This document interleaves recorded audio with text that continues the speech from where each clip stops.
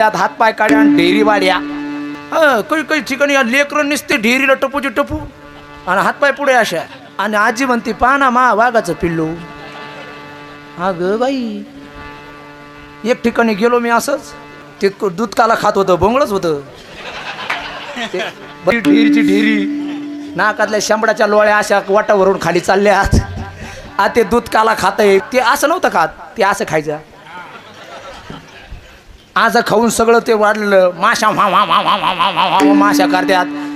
मी गेलो, मी म्हणलं अरे बाळ्या त्या माशा हाण ना. ते म्हणला जा कमून हानी.